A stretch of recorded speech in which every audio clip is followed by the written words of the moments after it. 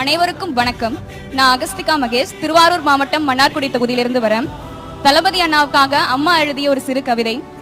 மாண்புமிகு மாணவனாக, அழகிய தமிழ் மகனாக, மின்சார கண்ணனாக நீங்கள், மாணவர்களுக்கு மாஸ்டராக, இளைஞர்களுக்கு நண்பனாக, நல்லவர்களுக்கு காவலனாக நீங்கள், ஊழல் செய்பவருக்கு வேட்டைக்காரனாக, தொண்டர்களுக்கு தலைவனாக, தொண்டு செய்வதில் புதிய கீதையாக நீங்கள், என்றும் கண்ணுக்குள் நிலவாக, எங்கள் யூத்தாக, மக்களின் வாரிசாக நீங்கள், எங்கள் ஜனநாயகன் நீங்கள் காட்டிய வழியில் நாங்கள் பிரியமுடன்.